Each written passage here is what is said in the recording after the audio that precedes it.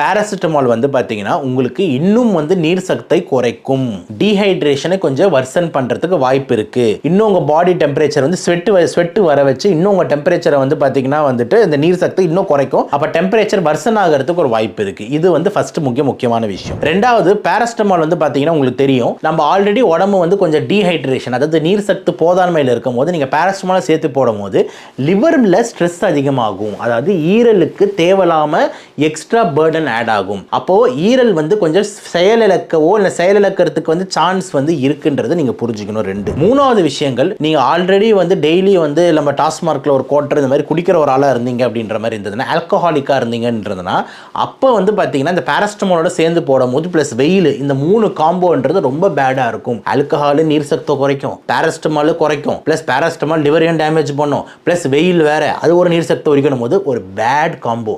Alcohol with summer with paracetamol very bad compound நீங்கள் எழுதி வச்சுக்கலாம். ஓகேவா?